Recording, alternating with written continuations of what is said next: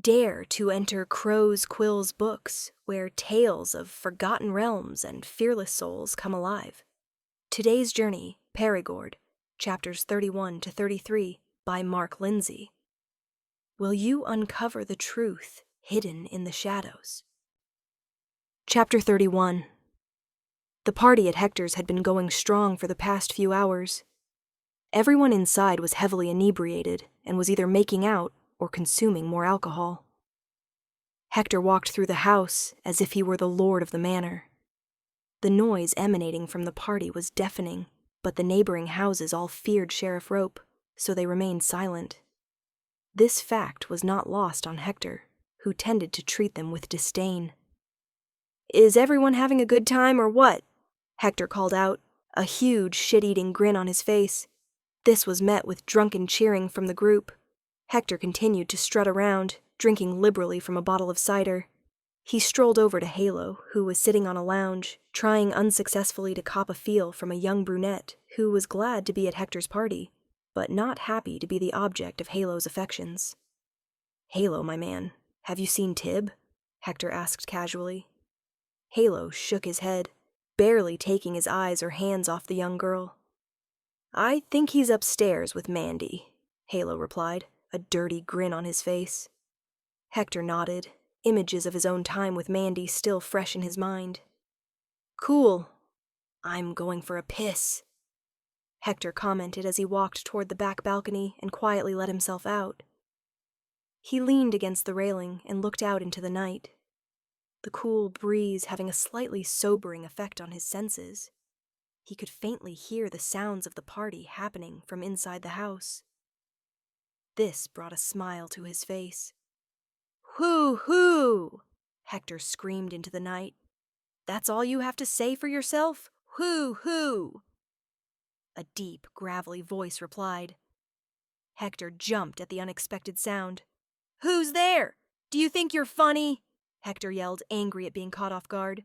"You're right, it's not funny. In fact, it's deadly serious," the voice growled back through the darkness. Hector continued to peer into the night, but his courage was faltering. Something wasn't right. The hairs stood up on the back of his neck. Before he could move, a large, dark figure swooped down in front of him. All Hector could make out were two enormous bat-like wings, a pair of red, glowing eyes that stared with murderous hate, and white canines that no human could possibly possess. Hector stood paralyzed with fear. He took a huge breath and prepared to scream when the figure grabbed him by the shoulders with its large, taloned hands and ripped him up into the sky before he could make a sound. For the first 100 meters, they flew directly skyward. Hector remained limp, his heart in his throat. During the second 100, he regained some sense and tried vainly to see who or what his assailant was. Now, in the moonlight, he caught nightmare glimpses.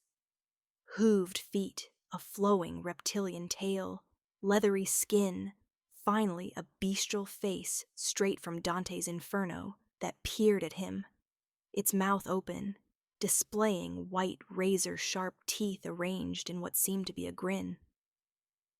"Will you stop squirming, or I might accidentally drop you?" the creature said casually. This time Hector did scream long and loud, ending in a high-pitched wail as they continued their flight up. By now, Hector had screamed himself to the point of exhaustion. The demonic-looking creature breached the cloud cover that hung over Perigord. Bathed in the silvery reflection of the moon, the creature hovered there, slowly flapping its wings. It held Hector out with one hand at arm's length, appearing just to study him. Hector whimpered under the beast's glare. "What do you want with me?" Hector blubbered. "Do you know who I am?" the creature thundered. "No, please don't eat me." "Eat you? How splendid!" "I must admit the idea never even crossed my mind till now," the creature growled as it pulled Hector close and opened its mouth wide. No, please stop. I didn't mean, don't, I'll do anything, stop," Hector screamed with every fiber of his being. The creature paused, Hector's head inches from its opened mouth. It seemed to ponder his fate thoughtfully. After a few moments that felt like an eternity to Hector, the creature sighed, then held Hector out again. "You'll do anything. I love that phrase," the creature said, waiting patiently for Hector to answer. The silence that followed, along with his shaking, proved that no answer would be forthcoming. "I've been watching you," the creature said, letting the words hang in the air. Hector looked terrified and started to sob. "Quiet!" the creature roared and tossed Hector away with ease, like someone throwing a ball. Hector went sailing through the air, tumbling head over foot, then disappearing entirely into the cloud canopy. Hector's vision was a blur. The night sky and his spinning form made it impossible to get his bearings. He shut his eyes tightly and waited for death. His limp and silent body hurtled toward the earth. The trees below appeared to be reaching out for his still form. Then, at the very last second, the demonic creature swooped in from nowhere and snatched him, mere moments from impact. When Hector finally opened his eyes, he was again staring at the creature. This time, however, he was being held by his ankle and viewing the nightmare upside down. "I know what you did tonight," the creature breathed. "I don't know what you're talking about," Hector said, shaking uncontrollably. The creature let out a huge laugh that sounded like thunder.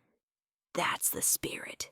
A murderer and a liar, just like your father," the creature added. "You've mistaken me for someone else," Hector whined and squirmed. "I'll look forward to seeing you both in the pit." The creature chuckled, then, without further warning, dropped Hector into the black void below. There was no scream this time as Hector passed out and plummeted toward the earth. Jason knocked on Ursula's front door and was met by Selene moments later. "Hey, what took you?" Selene said, smiling, clearly happy to see him, her voice still heavy with fatigue. "I just needed to stop and pick up this," Jason said, and pulled out a colorful bouquet of wild flowers from behind his back, holding them out in offering. Selene took the flowers from him and let him through the door. "I'm not really the flowers and chocolates type of girl, but I appreciate the thought. They are very pretty, though," Selene replied. Ursula met them in the front landing, in her arms a large blanket. "What beautiful flowers," Ursula observed. "I've made up a bed, but you might need this to take the chill off," Ursula said. Jason took the blanket. "Thanks, you shouldn't have gone to so much trouble on my behalf," Jason replied. Ursula waved it off. "Tish-tosh, it's the very least I could do for a guest in my home. Selene will show you to your room. It's been a big day for everyone. Do try and get some sleep, in your own beds, okay?" Ursula added. The pair blushed. "Gee, that wasn't embarrassing, was it?" Selene said with a sigh and a small grin. "I'm too old to waste time mincing my words. Besides, I've said my piece, and that's that. Good night," Ursula said as she departed down the hallway to her own bedroom. "And on that awkward note, I'll take you to your room," Selene said.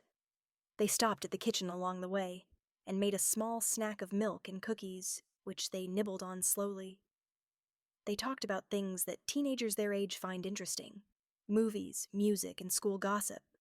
They avoided all references to Heinrich and the Harvest Festival, and despite his fatigue, Jason enjoyed his time with Selene. He stretched and let out a long yawn. "I'm sorry," Jason said sheepishly. "It's okay, I'm tired too," Selene replied. "My grandmother's right, though. We've had a big day and there'll be an even bigger one tomorrow," Selene added as she climbed out of her chair and held out her hand to Jason, who took it as she pulled him to his feet with a groan. "I suppose you're right.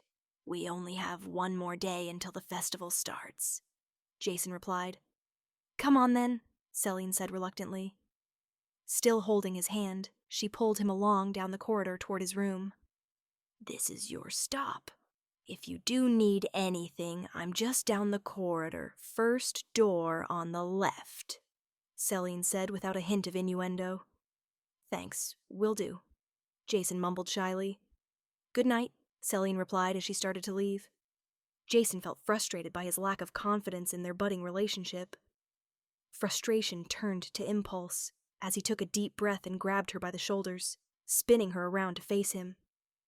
Selene's eyes went wide in surprise as Jason leant in and kissed her deeply on the lips, his hands moving from her shoulders to her waist as he pulled her in close. Selene's body began to relax as she pressed herself against him and returned his kiss with renewed passion. They could both feel each other's heat. Their sexual tension had been building for the past week, and now their kiss felt pure, sweet, and a little awkward, all at once. After what seemed an eternity, their lips parted. Both of them took a deep breath before opening their eyes. After a brief moment, Jason blushed and averted his eyes. "I hope you don't," Jason stammered, but was silenced by a shh from Selene. "Don't say another word," Selene breathed with a relaxed and sensual smile, and without another word she turned and walked away to her room, turning once, before she disappeared to smile and blow him a kiss. Jason watched her, then he too retired to bed. Chapter 32. The next morning, Jason awoke, and for the first time in ages felt truly rested. He lay there for a long while, enjoying the tranquility and quiet that can only be found on a Sunday morning. After a while, he could hear familiar noises coming from the kitchen and decided he should get up. After quietly showering, getting dressed, and making his bed, he wandered out to greet his hosts. Much to his disappointment, he arrived in the kitchen to find only Ursula, preparing coffee and toast. She greeted him warmly with a smile. "I hope I didn't wake you, Jason," Ursula said in a quiet tone. Jason shook his head. "No, I've been awake for a little bit, just lying in bed," Jason replied sheepishly. "No need to feel guilty after the day you two had yesterday," Ursula said, shaking her head. "That's why I've decided to let Selene sleep in. It's normally not like her to be in bed at this hour. I fear that her ordeal has more than just knocked the wind from her sails," Ursula said. "I agree. Better to let her sleep and recover as much as possible," Jason replied. "Feel free to help yourself to breakfast. You'll need to keep your energy up as well," Ursula said. Jason's eyes gleamed at the mention of food. It felt as if he hadn't eaten in weeks. "I think I will," Jason said as Ursula poured him a cup of steaming coffee. He went about making cereal and toast. "I'll leave you to your breakfast. I have a ton of things that I need to do this morning. Thanks again for Selene," Ursula said, and exited the room. After a brief stop off home, Jason made his way through town. He was surprised to find that there appeared to be a small army of volunteers working in and around the Central Park area. Busily organized decorations, stalls, and anything and everything to coincide with the Harvest Festival. He spotted kids and teachers among the helpers, who were all busy assembling stages and marquees. Jason tried to be inconspicuous as he cut his way through the park towards the library.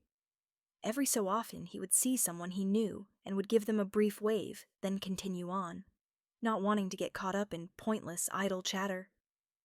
Arriving at the library, he let out a sigh of relief. Behind its giant doors, Ms. Jax was the first to see him as he entered the rear staff room. "I really wasn't expecting you in so early," Ms. Jax said, surprised. "I didn't feel like sleeping in before the end of the world," Jason replied with a shrug. "Oh, it's not that bad." A voice echoed through the room, and the pair turned to see Ulysses stroll casually towards them, sipping a cup of tea. He smiled as if to allay their fears. "I've been in tighter spots before," he said coolly. "Really?" Jason asked incredulously. "Really. The battle for the 3 moons comes to mind, and then there was the elemental rebellion." "No, wait, that didn't turn out so well," Ulysses said as he pondered this. "What do you mean it didn't turn out so well?" Jason asked, clearly puzzled by his statement. "Well, for starters, it's why I'm here," Ulysses said in an agitated voice. Jason waited for him to elaborate further, but Ulysses appeared to be deep within his own thoughts. He then turned to Ms. Jax for support, but it was obvious she wasn't going to talk either. "Another time, maybe? Have you an overall plan of attack, then?" Jason asked, trying to clear the air. "Selene phoned just before you arrived," Ms. Jax said. Is everything okay? Jason replied, concerned. Relax. She just wanted to say that she was stopping by a friend's place to ask about the stones, Miss Jack said. Well, as you can see outside, the festival is here, and there's nothing we can do to stop that.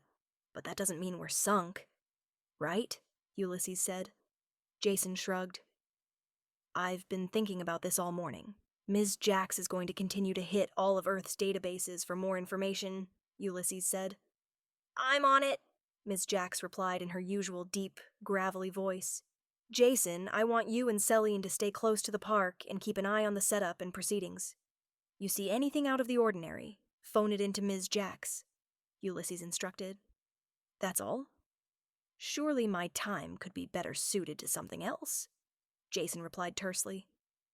Ulysses placed a hand on Jason's shoulder and looked him square in the eye. I know this doesn't appear to be very important, but we desperately need your eyes on the ground today, especially considering we are severely lacking in any decent intelligence. Use your abilities, your senses. I have a bad feeling that we are going to have some out-of-town visitors today, Ulysses said. Out of town? Jason said, confused. Not of this earth, Jason. Beings like us. Find them, but don't approach. Don't do anything. Just report it. Report it? What's the point in that? I'm ready. I can handle it, Jason said a little testily. I mean it. There are people on Earth, and I use the term loosely, that make Onyx look like a cute and cuddly squirrel. If you try and engage in unknown quantity, you not only risk yourself but innocent people as well. Do not engage. Am I clear on this? Ulysses said sternly. Jason nodded reluctantly. Fine. I just have one question, though, Jason said. Shoot, Ulysses replied. What are you going to be doing today? He asked. I'm going to follow a lead, Ulysses replied cryptically. Jason's curiosity was killing him. And that would be? Jason asked, but Ulysses shook his head. I'd rather not say at this stage, Ulysses said. Ms. Jax appeared taken aback by his statement, but remained silent. We all have a job to do today. Let's not waste any more time. Chapter 33. When Selene awoke that morning, she opened her eyes and just lay there. Between everything that had happened to her in the past couple of weeks, it all seemed a little surreal. She eventually sat up, which required some effort. Her body felt like one big bruise, and after painfully climbing out of bed and slowly getting dressed, she joined Ursula for breakfast. Is Jason up yet? Selene asked. Yes, dear, he had breakfast and left, Ursula replied. Oh, Selene said and appeared to deflate. Don't be upset with him. He didn't want to wake you, and I agree. In fact, I really think you should go back to bed. You look pale and tired, Ursula said, concerned, but Selene shook it off. I'm fine, really. I'm not made of porcelain, Selene replied. Ursula clearly wanted to say more, but bit her tongue on the subject. They sat quietly for a while as Selene ate her breakfast. Today's the day, Ursula said as she got to her feet and started to clear the table, despite the fact Selene was still eating. Yes, it is. I'm curious, what are your plans are today? Or should I say, what are the Guild of Wolves' orders for preventing the apocalypse? Selene asked casually through a mouthful of toast. Please don't talk like that, Ursula said uncomfortably. I don't understand. Is it or is it not the end of days? Selene shot back, then immediately felt guilty for it. I'm sorry, I'm just a little tense, she added. Ursula shook her head. The Guild doesn't operate like that anymore. We would try to look at things in the long term, eradicate small threats. We were never capable of handling things of this magnitude, Ursula said quietly. Well, I'm going to see someone about those rocks, and then I'll meet up with Jason at the library, Selene said as she rose from the table. Maybe you could join us? That's exactly what I plan to do. Roll up my sleeves and see where Ulysses wants to use me. Ursula replied with a grin. Great, Selene said as she rounded the table and planted a kiss on Ursula's cheek. I'll see you there. Selene made her way to the west side of town, toward a quiet street that backed onto the edge of the forest. She eventually reached a small cottage that was positioned second from the end. The cottage was plain but well maintained and appeared to be inserted directly into the tree line. Selene walked up a path made of stone and moss.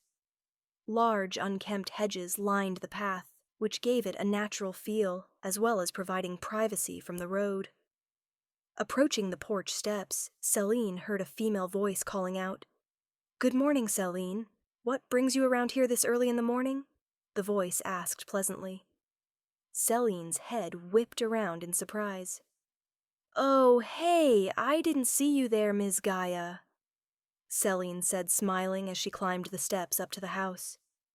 Ms. Gaia was sitting on an oversized chair that had been carefully crafted from twisted tree branches, and like everything else on the property, it was hand-fashioned and completely natural. "I hope you don't mind me popping in unannounced," Selene added. "Not at all. What brings you to my little corner of the world?" Ms. Gaia asked warmly. "I wanted to ask you a question," Selene said. "Schoolwork during the festival? How dedicated," Ms. Gaia replied. "Hardly. No, I found these rocks the other day, and I was wondering if you could tell me anything about them," Selene asked, as she fished something from her pocket. "I'm probably not the best one to ask, as geology is not my field of expertise. Mr. Marin, one of the other science teachers, would be a better one to consult, as geology is his passion," Ms. Gaia replied. Selene produced 3 rocks that glowed faintly under the shade of the porch roof. "May I?" Ms. Gaia asked and took one of the rocks from Selene's hand. After studying it for a few seconds, she then looked up satisfied. "I think I can help you with this after all," she added. "Fantastic! What is it?" Selene asked excitedly. "It's a rock known as ambroxylene," Ms. Gaia said. Selene, who was leaning against the porch railing, stood straight with a jolt. "Ambroxylene? Are you sure?" Selene asked. "Absolutely. It's used at the brewery for sterilization," Ms. Gaia said as she tossed the rock back to Selene. "Now for the million-dollar question. What's so important about this rock that you needed to come and ask me on a public holiday? And does it have anything to do with the supernova you and Jason came and saw me about the other day?" Ms. Gaia asked curiously. "I didn't think it did until now," Selene replied. Ms. Gaia's eyes seemed to dance at Selene's answer. "Now I'm definitely intrigued," Ms. Gaia said. "Please, tell me more." "I'm afraid I can't at the moment, but I promise later I'll fill you in with what I can," Selene said as she reached for something in her back pocket, only to find it wasn't there. "Could I possibly use your phone? I seem to have left mine at home," Selene added. "Of course, come inside," Miss Gaia said, and led Selene in through the front door. Inside the house was plain but neat, nothing out of place, as only a single person living on their own would keep it. "If you would like a drink, please help yourself to something cold from the fridge. I'll see if I can find my cell phone in the bedroom," Ms. Gaia said. "Thank you. I think I will," Selene replied. Ms. Gaia nodded, then departed down the hallway in search of her phone.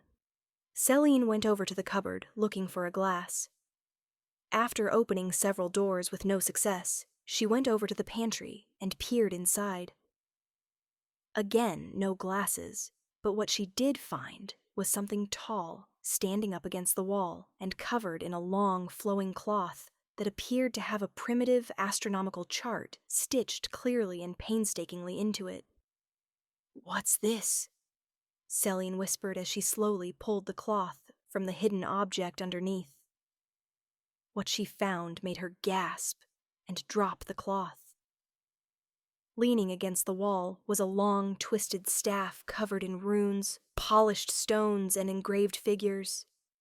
At that moment, Selene realized that she was staring at the Gjallarhorn and the missing festival scepter that had been stolen from school.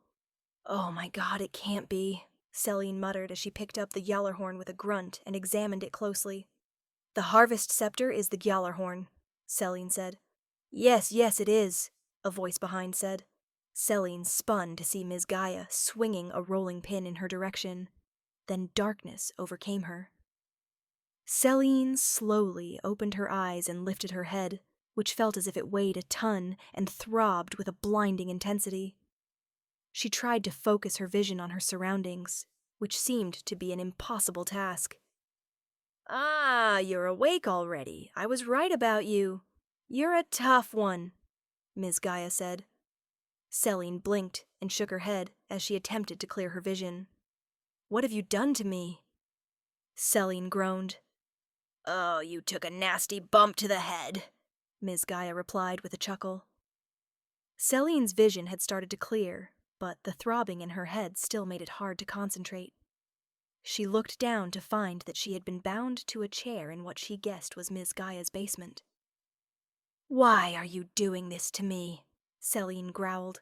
This was met with laughter. I think what you should be asking me is what am I doing with the Gjallarhorn, Ms. Gaia said. How did you know that the scepter was the Gjallarhorn? Selene asked coolly. I like to think of myself as an educated woman. One who, despite her intelligence, had not been given the opportunities to realize her full potential until now, Ms. Gaia stated. I'm afraid you've lost me, Selene replied confused. Of course I have, dear, but you're like every other hick in this town who wouldn't know a horn from a scepter. I, on the other hand, I like to read, and I have a healthy curiosity for the unusual and unexplained. That horn, sitting in plain sight for anyone to see, was practically humming with untapped power. Isn't it funny how the small-minded people in Perigord don't seem to notice the strange things that happen in this town? Ms. Gaia said as she paced the floor. What are you planning to do with it? Selene asked. Let's not beat around the bush, shall we? I've been keeping tabs on you and your boyfriend. You know what the Gjallarhorn is capable of? I intend to see its destiny fulfilled, Ms. Gaia said. Are you fucking crazy? You want to see the end of the world? Just so you can act out some insane power trip? Selene yelled. You're no different from all the others. So small-minded that you cannot behold the endless possibilities. Humanity is like a virus destroying this planet. I have spent years trying to address ecological issues and fight against greedy capitalism, but no one really cares. As long as people have their Wi-Fi and McDonald's, they couldn't care less about the destruction of the rainforests or the culling of whales, Ms. Gaia said vehemently. So, what are you saying? Selene said. That with the power of the Gjallarhorn and its unstoppable army at my disposal, I will restore the planet to its former glory, and then I intend to take my army and vision to the stars, Ms. Gaia roared. Selene stared hard at Ms. Gaia in total disbelief, then she started to giggle quietly. This turned to a gentle chuckle, and finally, full gut-bursting, side-splitting laughter. Ms. Gaia's eyes narrowed with anger as she watched Selene buck under the strains of her bonds with laughter. Stop laughing! Ms. Gaia snarled, but this only made Selene laugh harder. I can't, Selene cackled, tears streaming down her face. I said stop it, you little bitch, Ms. Gaia yelled as she grabbed Selene by the shoulders and shook her. Listen to yourself. You sound like a comic book villain, Selene said through gales of laughter. I intend to take my army and vision to the stars. Wahaha. I'm surprised you weren't stroking your pussy while you were saying that. Whoops, that was a bit rude. I meant your cat, Selene said, then continued laughing hysterically. I said shut your mouth, Ms. Gaia growled and slapped Selene full force across the face. The blow had the desired effect. It silenced Selene, rocking her head back and leaving a blazing scarlet mark on the side of her face. There, that seemed to shut you up, Ms. Gaia said with a level of triumph. Some educated woman you are, having to resort to violence to get your point across, Selene said calmly. But then again, you're not completely sane, are you? Selene added. I'm not here to state my case, but to prevent you from informing your colleagues of my involvement in this, Ms. Gaia stated, then walked towards the door. Wait, Selene called out. Ms. Gaia stopped mid-step and turned around. I have to know, how are you planning on distributing the potion to the town? Selene asked. Ms. Gaia paused to think this over. Why not? You're going to be present when it happens. I'm still not sure whether to let you join them in the transformation, or be amongst their first victims, Ms. Gaia said thoughtfully. You're a freak, Selene spat back. During the festival, the town will be drinking free cider supplied by the Black River Brewery. Both alcoholic and non-alcoholic contain the ingredients vital to the ceremony, Ms. Gaia said smugly. My friends will stop you, Selene said suddenly, sounding unsure. I have my own friends to ensure that won't happen, but you won't be there to see. I have to go, dear. I'm sure you'll appreciate that I have a lot to do today, Ms. Gaia said, looking at her watch. Then she spun on her heel and walked out. Feel free to yell and scream. No one will hear you. I've placed enchantments nullifying any interruptions, Ms. Gaia called back as the lights went out, leaving Selene sitting in the dark tied to a chair, with the realization that no one knew where she was.